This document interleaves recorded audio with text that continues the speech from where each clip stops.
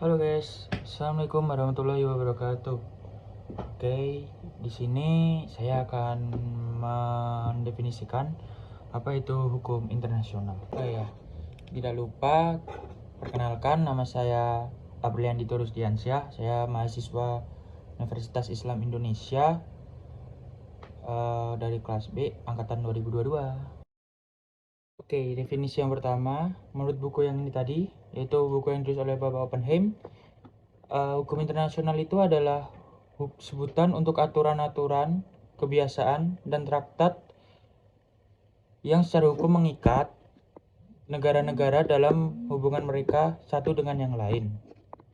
Itu definisi yang pertama. Masih ada 3 definisi lagi. Oke, buku yang kedua yaitu buku dari Pak Martin Dixon.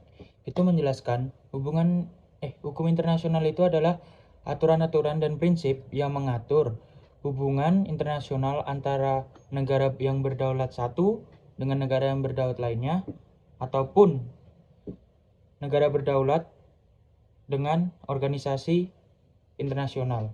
Nah, di sini bedanya dari penjelasan Pak Oppenheim, yaitu di sini dijelaskan bahwa hukum internasional itu tidak hanya subjeknya itu negara, tetapi subjeknya juga ada antara negara dengan organisasi internasional. Itu bedanya dari pendapat yang ada di buku Bapak Oppenheim yang pertama tadi, definisi pertama. Oke, lanjut ke definisi ketiga. Definisi ketiga yaitu dari Bapak Mohtar Kusumaatmadja, yaitu menurut Bapak Mohtar Kusumaatmadja, hukum internasional itu adalah keseluruhan kaidah dan asas yang mengatur hubungan atau persoalan yang melintasi batas negara atau subjek hukum bukan negara satu sama lain.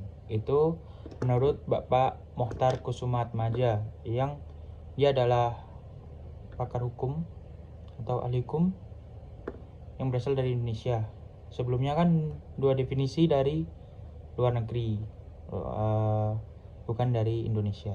Menurut Bapak Mohtar, hukum internasional itu seperti itu. Oke, lanjut ke definisi yang keempat. Ini yang terakhir.